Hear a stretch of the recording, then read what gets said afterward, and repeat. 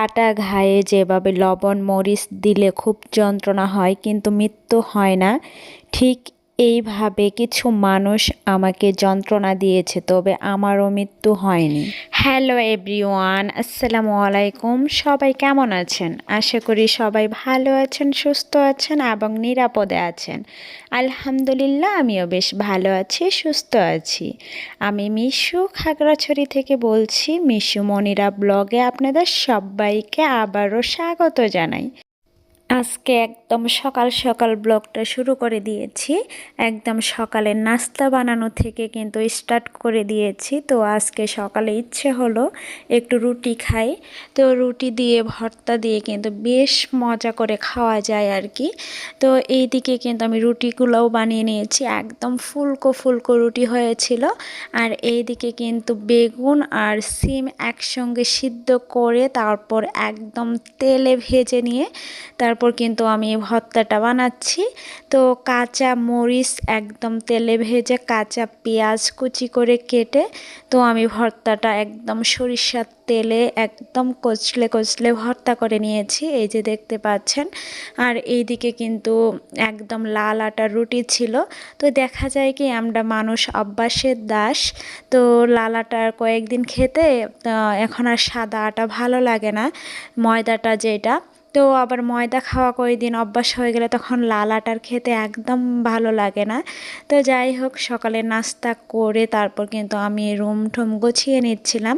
তো এদিকে আলনার উপরে কাপড় চোপড় দেখছি কোনটা পরিষ্কার করব আর কোনটা আলনাতে ভাঁজ করে রেখে দেব।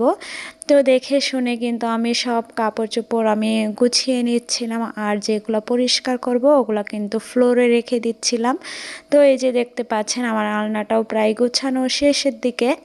তো এই পর্যন্ত যারা আমার ভিডিওটা দেখছেন একটা লাইক দিতে ভুলে গিয়েছেন, প্লিজ একটা লাইক দিয়ে পুরো ভিডিওটা দেখার অনুরোধ রইল। যারা নতুন বন্ধু আজই আমার চ্যানেলে এসেছেন, আমার পরিবারের নতুন চলে এসেছেন, যদি কোথাও কোনো অংশে ভালো লেগে যায় প্লিজ প্লিজ সাবস্ক্রাইব করে পাশেই থেকে যাবেন। আর যারা অলরেডি সাবস্ক্রাইব করে নিয়েছেন তাদেরকে তো অসংখ্য অসংখ্য ধন্যবাদ জানাই। আর সবাইকে একটাই কথা বলবো, যারা আমার নতুন বন্ধু প্লিজ প্লিজ আমি যে পোস্ট করি সেখানে একটা করে কমেন্ট রেখে যাবেন, তাহলে কিন্তু আমার কমেন্ট ধরে আপনাদের পরিবারে যাওয়ার সুযোগটা ভালো হবে। তো দেখা যায় যে ভিডিওতে কমেন্ট করে ওইভাবে অনুযায়ী যাওয়াটাও হয় না মাঝে মধ্যে। তো সব সময় না, যদি পোস্টে কমেন্টটা রেখে যান তাহলে কিন্তু বেশ ভালো হয়। তো সবার ক্ষেত্রেই কিন্তু করাটা উচিত পোস্টে কমেন্ট করে রাখা। আমি কিন্তু সবার পরিবারে গেলে চেষ্টা করি পোস্টে কমেন্ট রেখে আসার। তো যাই হোক, এইদিকে কিন্তু আমি কাপড় চোপড় ভিজিয়ে উঠান ঝাড় দিয়ে রুম টুম গুছিয়ে চলে এসেছি রান্না করতে। তো এইখানে কিন্তু একটা তেলাপিয়া মাছ ছিল আর একটা ছিল সরপুঁটি মাছ। তো ভাবলাম যে একদম আস্ত আস্ত ফ্রাই করে নেব। আপনাদের ভাইয়া বলছিল যে একটু আস্ত ফ্রাই করো, খেতে কেমন হয় দেখি। তো আমি কখনো এরকম করে আস্ত ফ্রাই করি নাই, একটু বেশ বড়ই ছিল কিন্তু মাছগুলা। তো আমি সব মশলা দিয়েছিলাম, লাস্টে একটু লেবুর রস, তারপর একটু জলপাইয়ের আচার দিয়ে ভালো করে আমি মাখিয়ে নিয়েছিলাম মাছগুলো।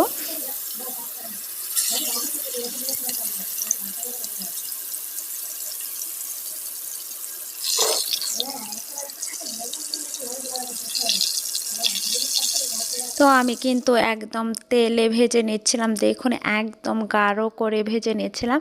আর বিশেষ করে একটা জিনিস খেয়াল করেছি যে জলপাইয়ের আচার দিয়ে যদি মাছ ভাজা হয় কালারটা তাড়াতাড়ি চলে আসে।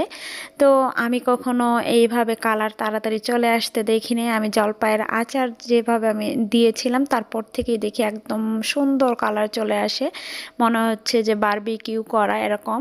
মানে খেতেও দুর্দান্ত লাগে, বেশ ভালো লাগে। আর আপনাদের ভাইয়া এইদিকে সাপ্তাহিক বাজার বসে, পাহাড়ি এলাকায় সাপ্তাহিক বাজার বসে। তো সেই বাজারে গিয়ে কিন্তু আপনাদের ভাইয়া বাজার করে নিয়ে এসেছিল।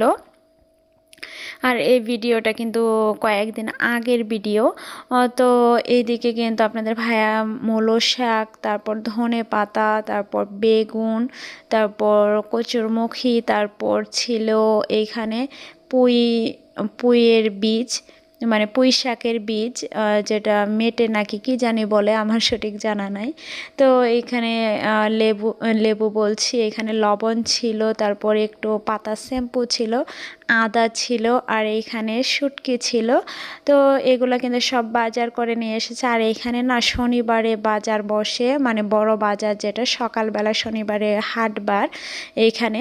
আর দেখা যায় প্রত্যেক দিন বসে মোটামুটি ভালোই, কিন্তু শনিবারে হাটবার তো মানে একদম ভোরবেলা থেকে অনেক অনেক বাজার বসে আর কি। পাহাড়ি মেয়েরা অনেক কিছু নিয়ে আসে আর কি, অনেক মানে পাহাড়িদের যে খাবার ওগুলো কিন্তু নিয়ে আসে। আমার কাছে তো বেশ ভালো লাগে। তো যাই হোক, বাজার গুছিয়ে তারপর আমি রান্না বান্না শুরু করে দিয়েছি। এখানে ফুলকপি, আলু, বেগুন দিয়ে আমি কিন্তু মাছের তরকারি রান্না করব। তো এখানে দেখুন আমার কিন্তু তরকারিটা প্রায় শেষের দিকে। তো এইদিকে নাড়াচাড়া করে দেখলাম যে না, এই টাইমে একটু মাছগুলা দিয়ে দিলে বেশ ভালো হবে, আর একটু যখন বলক চলে আসবে তখন আমার নামিয়ে নেওয়া যাবে।